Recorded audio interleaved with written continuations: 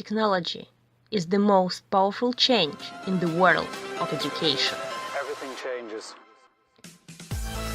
Welcome to the Emerging Technologies in Education podcast, delivered to you by Clever Books Company. So, hi listeners, and welcome to the podcast series Emerging Technologies in Education. Today our guest is Steve. Hi, Steve. Hiya. So I would like to give Steve a word to introduce himself and tell which country he's from and what he's doing. Okay, yeah. So this is Steve Bambury. I'm Head of Digital Learning and Innovation at JESS Dubai, which is one of the oldest and most prestigious schools in the Middle East. I've been based in Dubai for 10 years. I'm a primary teacher originally. I worked as a primary teacher for a number of years, including a number of years here at JESS. Then I moved into teaching specialist ICT computing at primary level. So I was teaching digital literacy, computer science to students from the age of 4 through to 11. And then just about 18 months ago, I moved into this new role as Head of Digital Learning and Innovation, which is a cross-school role. We have two British curriculum primary schools and one secondary school, which is British curriculum and IB. And I am now primarily out of the classroom and I'm working with all stakeholders. I'm working with staff a lot of the time to train staff in the use of technology. I also work with parents and with occasionally with students on projects too. Beyond the classroom, I'm an Apple Distinguished Educator. I'm also a Microsoft Innovative Educator Expert Fellow. A two-time winner of the JESS Award for the best use of ICT, which is the biggest educational awards in the Middle East. And I, in 2013, founded the iPad Educators website, iPadeducators.com, which went on to become one of the world's most respected sites in terms of iPads in the classroom. And more recently, I've been doing a lot of work with virtual and augmented reality. And this year I founded virtualityteach.com, which is another not-for-profit platform that I use to share best practice in the use of VR and AR in the classroom. This is amazing. I think you are definitely positive about education and technology combination, right? Yeah, I wouldn't be in the job that I am now if I wasn't an advocate for the use of technology in the classroom. And this goes right the way back. I mean, my background's actually in film. I was a filmmaker before I became a teacher. My university degree is in film. And back in the UK before I moved to Dubai, so going back 10 years, I used to do a lot of work with students making films. And the work that I was doing with students was featured by the BBC and Channel 4 in the UK. And I mean, this was and it seems like such a bygone era, but this was in the land before time that was the time before iOS and iPods and iPads, and the time when suddenly technology became more readily available to students on an everyday basis. So in some form or another, I've always been interested in harnessing technology in the classroom, both in terms of student engagement and preparing students for the modern world and for the future world that's coming, and also just looking to transform and to redefine how content can be delivered, and try and move students into for a long time what people would talk about, myself included, was the idea of moving students from being consumers of content into being creators of content. Somewhat of a shift with the fact that I work a lot with augmented and virtual reality now, and it's kind of moved towards what's being called experiential learning, learning by experience, rather than which is kind of like a new form of consuming content. It goes beyond traditional consumption of content and into true experiential pedagogy. This is brilliant. So I see that you have like massive experience in regards to technology and education. So would you mind sharing with us which technology can be a good supplement for education in the classroom and why? And feel free to share any particular tools, instruments or technologies you have in mind. Okay, so well, we were one of the first schools in the Middle East, if not the world, to adopt the iPad in the classroom in 2000 and it was late 2011, early 2012, across both of our primary schools, and I mean 5-6 years on, it's still the main tool that's used across both the primary schools. The secondary school 2 years ago adopted a different techniques and a different approach. So we've actually switched, and in secondary school we're using Microsoft Surface Pro 4s. We are at our heart, we're still a PC based organization. We don't, there are not Macs in the classroom. So what we were finding is that the students were coming up to the secondary school, and at this point they needed something that was a little bit more than a tablet. So they were starting to bring in laptops as well as their iPads. So we started to look into hybrid devices so that we could bring the number of devices that they needed to carry with them, bring that down. And ultimately, in parallel with our switch to Office 365, we used Google Apps in the classroom again from about 2011. But in 2015, we switched to Microsoft Office 365. And as a part of that, our access to OneNote class notebooks opened up a whole world of new learning opportunities for the students, especially in JESS Secondary. So looking into Windows-based tablets or Windows-based hybrid tablets that gave our older students the ability to harness the technology in the same way, in the same mobile way, but also to adapt and use it as a laptop when they needed to. But ultimately, what we found has been the real game changer in secondary is the ability to digitally ink and for them to annotate diagrams or to handwrite notes. It's been really powerful. Beyond the actual devices in the students' hands, again, going back to what I was saying, that obviously right now what I'm kind of known for is the work that I'm doing with VR and AR. So we've been doing a lot of trials with the HTC Vive. We just had the one, which was my own one, but HTC have been really kind and given us 3 more recently. So we are running various trials with the HTC Vive. I've currently got a year-long project running with the secondary art department. We supplement that high-end VR headset with banks of mobile VR headsets as well. So we've got banks like a full class set in the secondary school, which the kids use their own mobile phones in, and then we've got a smaller bank in the primary schools, which I was literally just using today with a group of kids. A lot of this stuff you can find if you want to see some of the cool stuff we've been doing with VR. The best place to look is if you go on YouTube and type in JESS Digital. You find the JESS Digital channel on YouTube. Because what I tend to do is the trials that we've been running with, especially with the high-end VR stuff with the Vive, we record them and we record testimonials from the students and we document the process. And screencasts from the applications as well. And then this comes back to my history as a filmmaker. I spend time editing footage together, and then we publish it through the JESS Digital YouTube channel. This is amazing. And thank you. Yeah, can you elaborate a little bit more on the most exciting topic and trending topic of AR and VR? And you have the resource for that. You're doing a blog or something. Can you tell a little bit more on that and share your experience, if you have any, of using that in the classroom? Yeah, I mean, I could literally be here all day, to be honest. It has been my passion for the last year and a half in particular. We started using augmented reality at JESS back in 2012 actually, and we've been using VR and testing VR since 2014. So we always like to be kind of ahead of the curve, and that's saying something in 2017 when both technologies are still so nascent. I mean, literally, I'm staring right now at a blog post I've got in draft form, which is 20 different experiences for helping kids learn about space.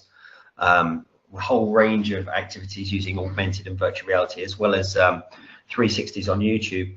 And to be honest, I mean, where most schools are at, they're either in a position where, excuse me, they're either in a position where they don't have many headsets, if they have any at all. And if they do have headsets, they tend to be the cardboard headsets that are cheap and readily available. So the three places in terms of virtual reality I always direct new users towards, firstly is YouTube. The simple fact that YouTube has so much amazing 360 content available, completely free, from people like the BBC, the New York Times, within or out there making award-winning films. There's some absolutely brilliant content on there. If you look on my website, Virtuality, there's a post on there called "How to Find the Best Content on YouTube," because it can, obviously, YouTube's just almost infinite, isn't it? And there's so much content on there to sift through. NASA's a good example. NASA have like 5 million YouTube channels, and only one of them shares 360 content that you can view in virtual reality. So it actually takes some digging to find. But if you look at that post on my website, then there's direct links to all of the main educational channels. The other ones I always recommend are Google Expeditions, which is another free app, one of Google's many amazing virtual reality tools. What's great about Expeditions is the fact that you can guide a group of students in a kind of shared experience. You can lead the experience from an iPad or another tablet, and you can direct their view towards different elements within the 360 content. And it also comes fully packed with all of the text that you would need, to all the information, all the questioning that you can need to feed into the experience. And then the third one's Nearpod, which is something I've been a huge fan and a huge supporter of for a long time. Nearpod, for those that don't know, is a platform for making interactive presentations. You can take a tired old PowerPoint and rejuvenate it with quizzes and polls and other interactive activities. And in 2015, Nearpod struck a deal with 360 Cities to incorporate some virtual reality content into the presentations. And at that point, I've been doing some stuff with Nearpod for some time, so that they asked me if I would write some of the content for them. So I did. So some of the original VR content that was written for Nearpod was actually by me. And the great thing about Nearpod is that because you can embed your 360 experience within an interactive presentation, you have full power to tailor the pedagogy around it. So you can tailor the learning that goes on before the virtual reality experience, and then you can create the content that follows it up, without it just being a standalone kind of stunt. And this is the thing I'm always wary of and always warn people about, is the fact that if you're using what I call lower level VR, you do need to be careful that it isn't just a stunt, that it isn't just a quick have a look around this, wasn't that amazing. It needs to be framed very carefully. Okay, see you. And what was the reaction of the kids when you used such a technology in the classroom? The reaction of the kids, yeah, I mean, you have to temper your reaction to their reaction somewhat, I think, at this point, because we are still in a stage where for some of them it will literally be the first time they've looked through one of these headsets. I mean, I've noticed more in the last year or so that more and more kids will say, oh, I've got one now, I've got a headset at home, or they've got maybe the PlayStation headset with their PlayStation, or their dad's got a headset or something. I think that will change massively next year. 2018 really will be the year when VR hits the mainstream, both with the launch of the standalone Oculus and Vive headsets, and the Ready Player One movie that's going to come out and really sort of thrust virtual reality into the general populace.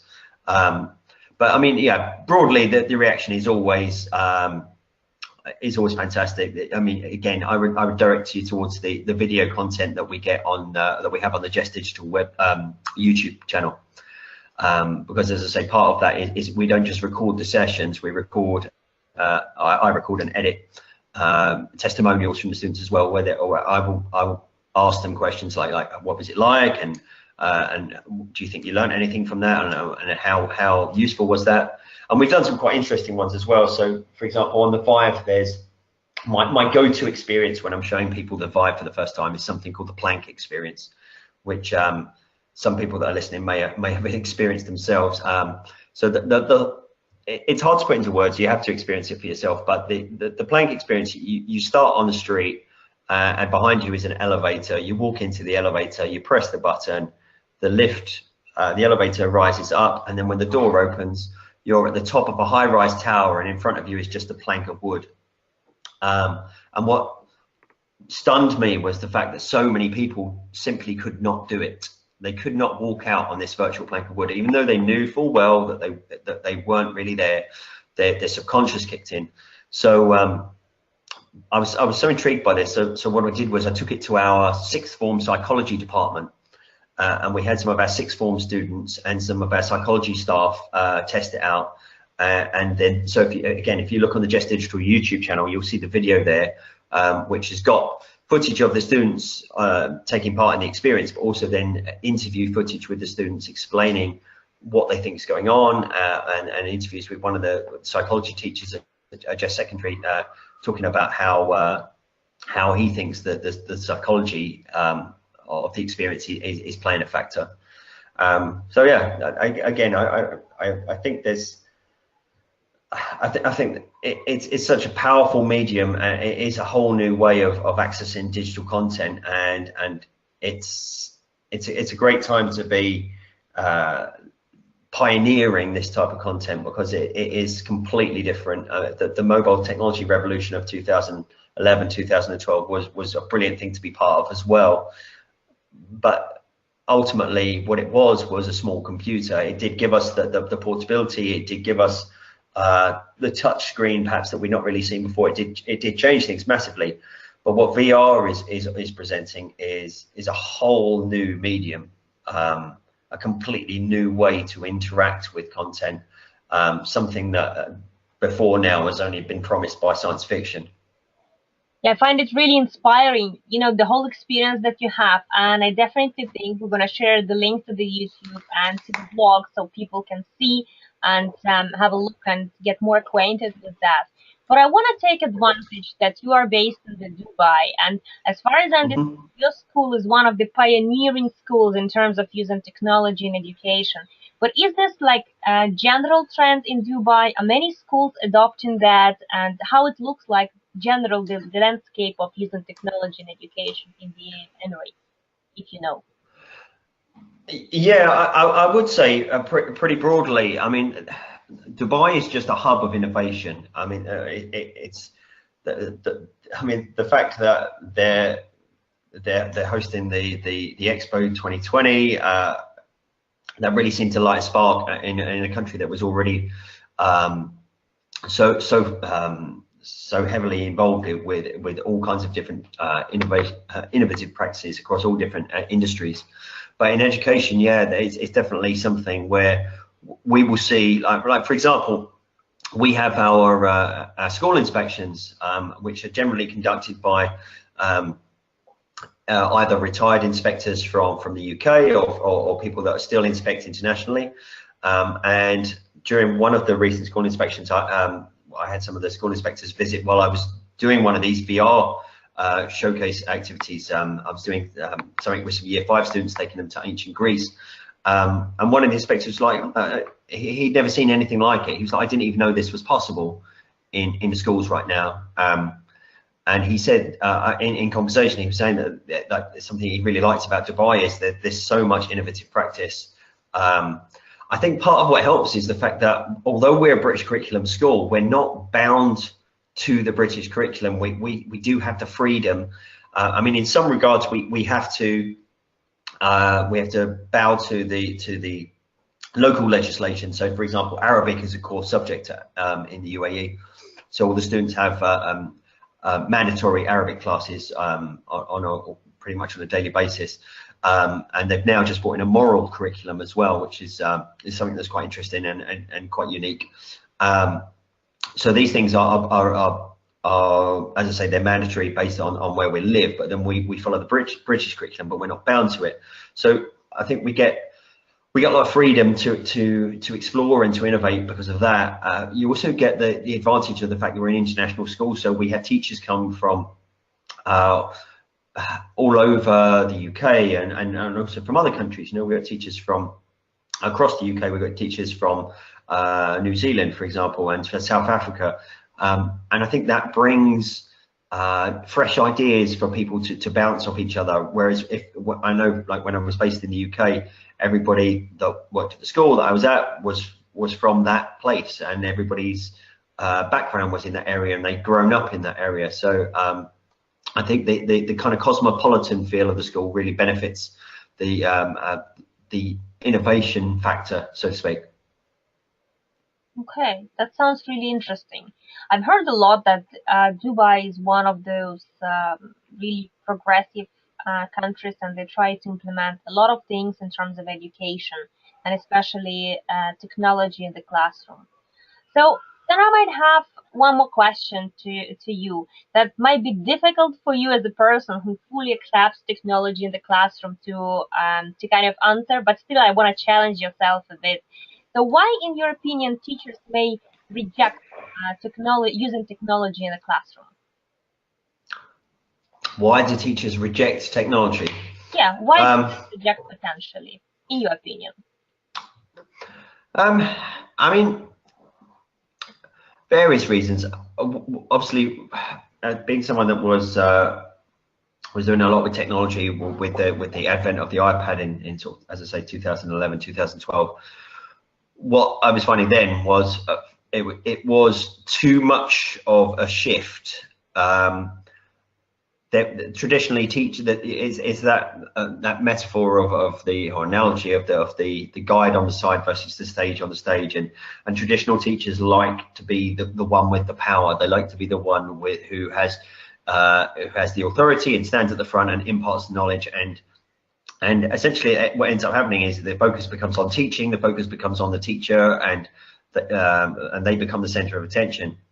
Well, what the mobile technology did is it put the world's largest source of information in every kid's hands, and thus reduced the power of the traditional teacher. And for a lot of teachers, they found that really hard to adapt to. And I know plenty of older teachers that walked away from teaching as a result. These days, I think broadly the teaching staff, I know our school is a lot more fluent and a lot more confident harnessing technology in the classroom, and they've also become a lot more confident letting go and understanding that it's not a bad thing if you've got 22 kids in your classroom and they're 7 years old and they all are more confident with an iPad than you are. That's not a bad thing. That's a great thing. That's like having 22 experts. That's like having 22 technicians on hand all the time. I would always make a big fuss whenever a kid taught me something new using technology. I would make a huge fuss out of the fact that I was learning something, because I mean we shouldn't just consider ourselves learners when we're at school and then we stop. It's just not right, is it? We should always be looking to learn something new. So I think that was the big thing. That was the hardest thing in terms of implementing technology. I mean, beyond that, you've got obviously logistical factors and also economic factors in some schools, where, especially when you're looking at some of the new stuff like virtual reality, it's a case of have we got the funds, have we got the budget to justify, and if we put that in place, would our staff be confident enough using it? What schools don't want to end up with is that old model that took place for so long, where there would be a laptop trolley, and that laptop trolley was supposed to be something that staff were booking out and using all the time, and then nobody did. That's not the position that you want to be in with your technology. You want it to be integrated within the culture of learning across the school on a daily basis. So yeah, I mean that's what I'd say.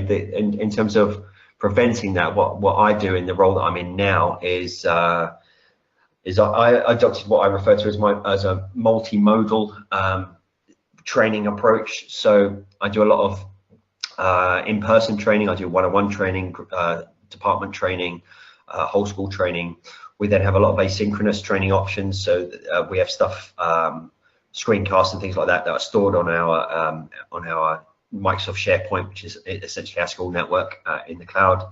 All of our staff have access to the Microsoft educator community and the online courses that are available there, which ties in with our use of Office 365. I produce on a monthly basis an in-house magazine called the JESS Digital magazine, and myself and one of my colleagues also host the JESS Digital podcast, which is available on iTunes and Stitcher and the TuneIn Radio app, and all of these are different platforms. So the idea being that if somebody wants to get a little bit of CPD, they want to get a little bit of training whilst they're driving home from work, fantastic, download the podcast, listen to that, and you'll get some ideas from there. If you're somebody who's got young kids and you can't stay around for optional after school sessions, that's fine, because there's screencasts available for you on SharePoint. You can watch it in your own time. We're trying to provide options for everybody to cater to all needs, because teachers are very time poor, and we want to be able to make sure that they feel supported and that they feel that they are that they have every available option to empower themselves in terms of using technology in the classroom. I think this is really impressive, the example of your school and how good you do with gaining the confidence among the teachers with the training. This is really well done. Full respect from my side.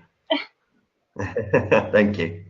Yeah, so thank you very much, and I really appreciate your thoughts. I really appreciate your time, and I would share then in the description to this podcast the resources you mentioned. And yeah, thanks a lot again. No worries. Thanks for having me. Everything changes.